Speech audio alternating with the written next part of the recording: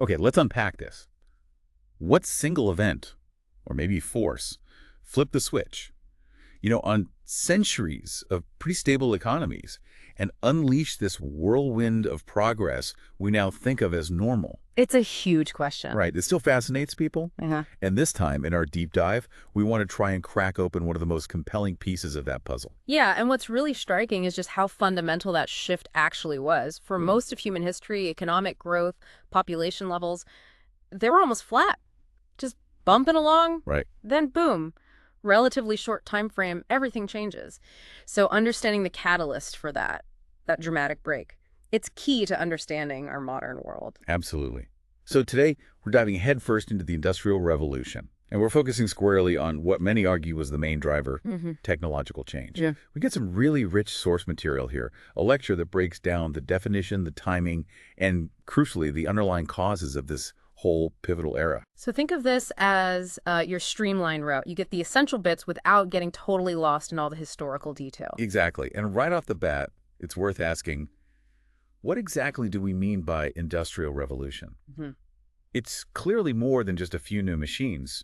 Different thinkers come at it differently. That's right. You've got Landis, back in '69, defining it as this complex of technological innovations.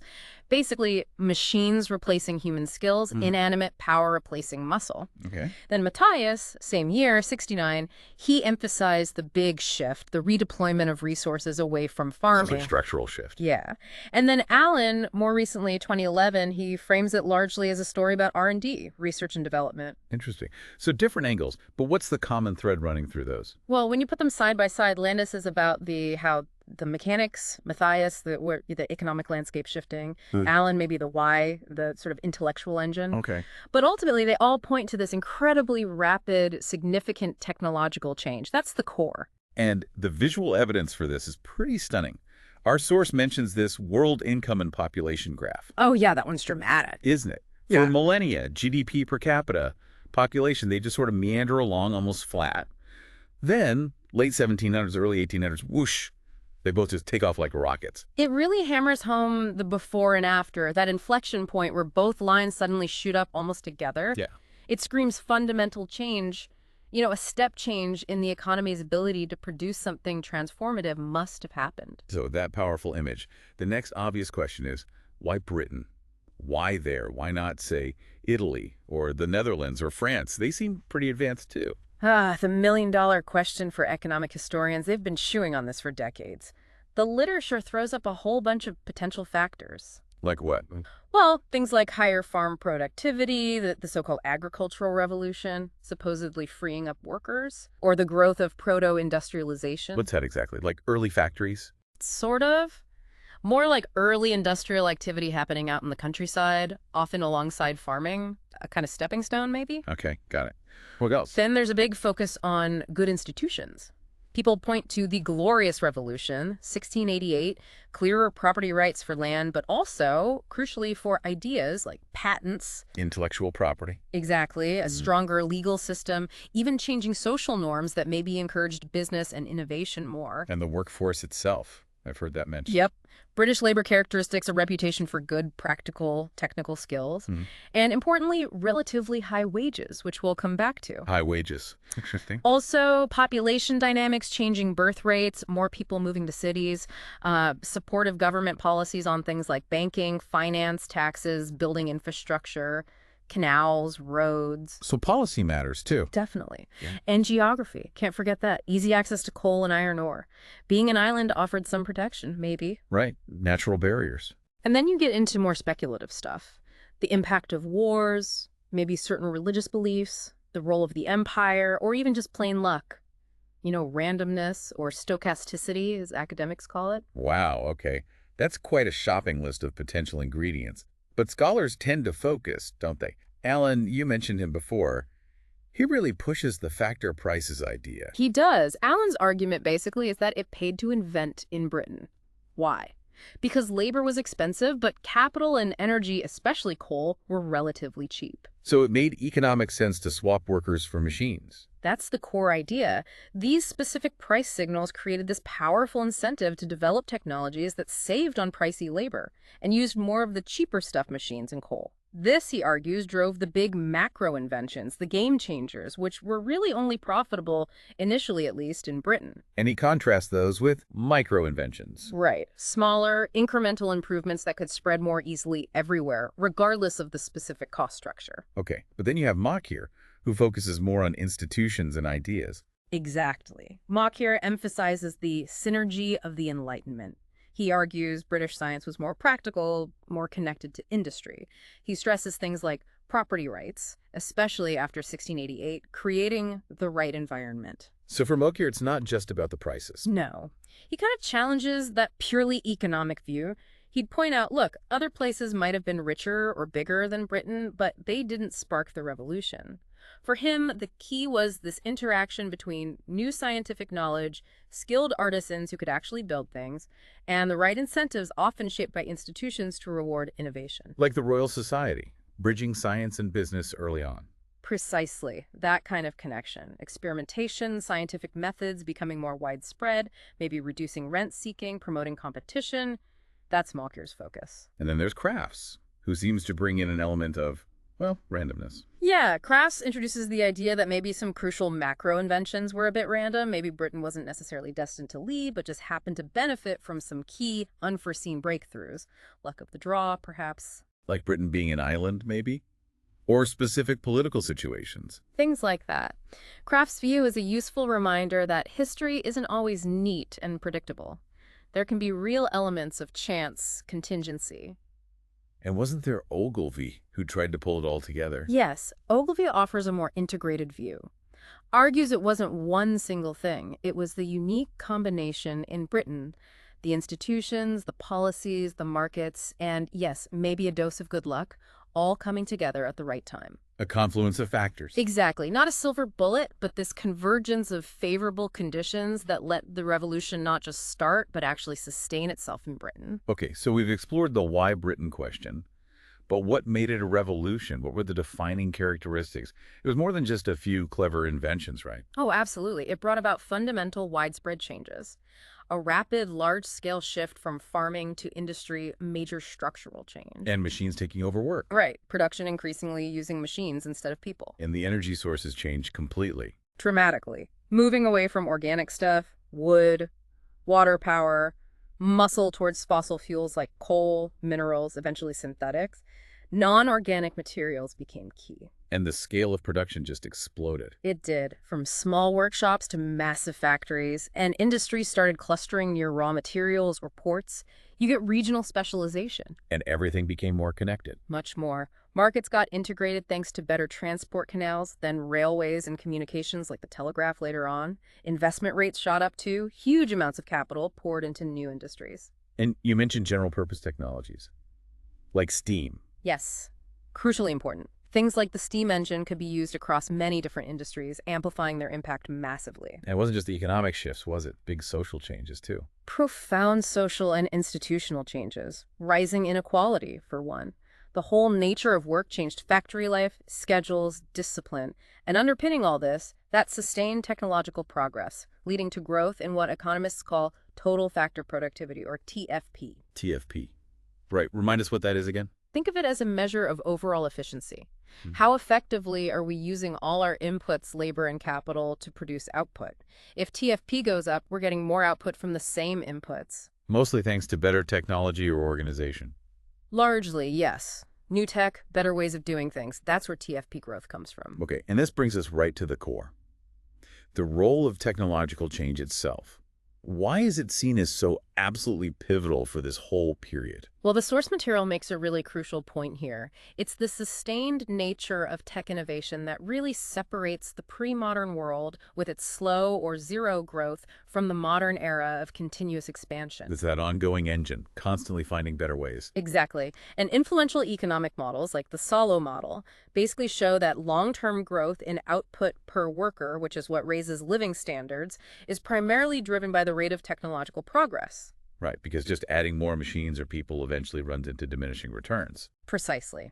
To keep output per person rising steadily over the long haul, you need continuous improvements in how you combine those inputs, and that's technology. And we actually have evidence of this TFP growth during the Industrial Revolution. People have tried to measure it. Yes, economic historians like Crafts have done a lot of work here. His research suggests maybe the overall TFP growth was a bit more modest than some early estimates thought, maybe 0.2% a year in the 18th century, 0.35% in the early 19th. Which doesn't sound huge. Not economy-wide, perhaps, but the critical point Crafts makes is that this growth was heavily concentrated. It was really rapid within specific key sectors, sectors that started small but became the powerhouses of the economy. Okay, so which sectors are we talking about? Where was this explosive tech progress happening? Our lecture really zeroes in on three core areas: steam power, textiles, and iron and steel production. These were the absolute hotbeds of innovation. Right. Let's start with steam. Huge impact, obviously. It starts with things like the Savory pump back in 1698,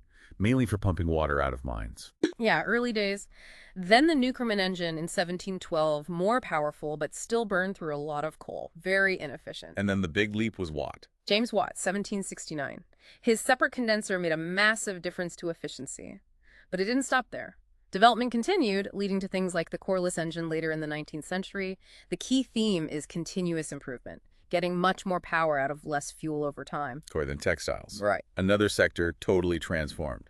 We get the flying shuttle in 1733, speeding up weaving. Dramatically. And then inventions for spinning. Hargreaves' spinning jenny in 1764, letting one worker spin multiple threads. Followed by Arkwright's water frame. 1769, stronger thread, and crucially could be powered by water wheels, hence the name, led to factories being built by rivers.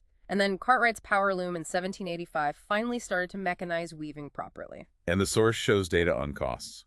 Yes, fascinating stuff on cotton production. You see how mechanizing spinning just slashed labor costs, but required much more capital investment, and it shows Britain adopted these spinning innovations way earlier and faster than others. And the third key area, iron and steel. Foundational for everything else, really. Yeah. The big breakthrough was Darby using coke for smelting. Abraham Darby, 1709, using coke-processed coal instead of charcoal. That was huge because Britain was running out of trees for charcoal. It freed the iron industry from that constraint. Okay. Then came Cort's puddling furnace in 1784, improving the quality and scale of wrought iron production. And much later, the Bessemer process in 1856, allowing mass production of steel. Again, you see the cost structure shift, less labor, more capital and raw materials, and Britain led the way, adopting coke smelting early. It's interesting how these things connect, like skills from watchmaking, making precise gears maybe helped with building textile machines. Absolutely. There were lots of spillovers. And don't forget transport and communications again. Better canals, roads, later railways, vital for moving raw materials, finished goods, and spreading ideas. And the source has a table showing where the productivity growth actually came from. Yes. The sectoral contributions to British TFP growth, 1780-1860 table, it really highlights textiles cotton, wool plus iron, and steam power, including its use in transport like canals, railways, shipping. They were the dominant forces. So the Industrial Revolution really was largely a story of tech breakthroughs in these areas, Right. with steam as this incredibly important general-purpose technology. That's a very fair summary, yes. Those sectors drove the productivity gains. Okay, so we've covered the what and the where. Let's dig a bit deeper now into the why of this sustained technological change, specifically in Britain, what really lit the fuse and kept it burning. Right, this brings us back to those different theories we touched on. Remember Allen's argument, high wages, cheap energy. The factor prices. Exactly. Britain's unique combo expensive workers, cheap coal, created the strong economic pull to invent machines that saved labor and used more capital and energy. He argues those big macro inventions were a direct response to these British prices and the large British market size. Making the R&D worthwhile only there, initially. That's his point. And he contrasts them with the micro-inventions, the smaller tweaks, which were maybe less biased and spread more easily. He points to the wage capital rental ratio being higher in Britain than, say, France. And his evidence is that Britain adopted steam, spinning machines, coke smelting really early and quickly. Yes, technologies that fit that factor price story. But Moker pushes back on that being the whole story. He does. Moker says, look, it wasn't just about where it paid best. Other places might have had similar incentives or been richer, but didn't innovate like Britain. For him, it's the Enlightenment context, the science, the skills, the institutions working together, experimentation, the scientific method becoming more applied. And Moker critiques Allen's focus purely on labor-saving tech. Yeah, he asks, wouldn't firms always try to save on all costs? And he notes the patent records don't necessarily show a clear bias towards just saving labor. And Allen's counter-critique to Mokyr. Allen points out that actually maybe only a fraction of the really key inventors had direct links to high science, the Enlightenment figures. Many were artisans, skilled craftspeople, so maybe it was more about broader education, practical skills improving, especially in textiles and metalworking, not just elite science driving it. So, different takes. How do we square them?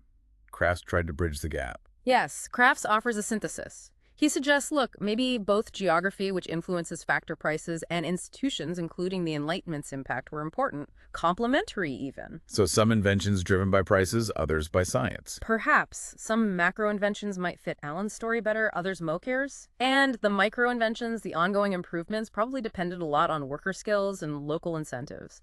Graff sees them as different parts of the explanation, not necessarily mutually exclusive. And we shouldn't forget the other ideas either. The randomness, the role of individuals. Right. Crafts himself mentioned that stochastic element, maybe key inventions were just lucky breaks. And Landis, following Schumpeter, emphasized individual genius inventors, entrepreneurs taking risks, needing a pool of investors willing to back them. That entrepreneurial spirit responding to challenges. It really highlights how complex it was. Multiple overlapping causes. Definitely. Not just abstract forces, but individual actions, chance, the whole social and institutional setting playing a role. Okay, so wrapping this up, what's the main takeaway on the technological revolution at the heart of the Industrial Revolution? I think the key point to reiterate is that sustained technological change is what really marks the shift to modern economic growth. That acceleration we see during the Industrial Revolution is the defining feature. And the inventions in steam, textiles, iron, they are the prime examples of that sustained progress, leading to ongoing productivity gains. Exactly. Those are the poster children for it. And this transformation seems to have taken root in Britain because of this unique mix. High wages, cheap energy creating incentives. Alongside a big enough market, high levels of human capital, those skilled workers, and the scientific knowledge bubbling up from the Enlightenment. It's a perfect storm almost. In a way. Yeah. And the timing, why then? Around 1800? The source suggests knowledge and market size had maybe reached a kind of critical threshold, making this sustained change finally possible. So going back to our first questions, was it just inventions? Clearly not. It was systemic, sustained change. Why Britain? A complex mix. Economics, institutions, geography, maybe luck. Sudden or gradual. More of an accelerating process over decades, even if we call it a revolution. Yeah, what's really striking is the interconnectedness, not just isolated breakthroughs, but how they interacted with everything else, the economy, society, institutions, to create this self-feeding engine of growth. And that leaves us with a final thought for you, the listener. How might this interplay economic incentives, knowledge, institutions, maybe even chance be shaping the big technological shifts happening right now in our own time? What are today's factor prices or enlightenments driving change? It definitely makes you think about how these revolutions keep evolving, doesn't it?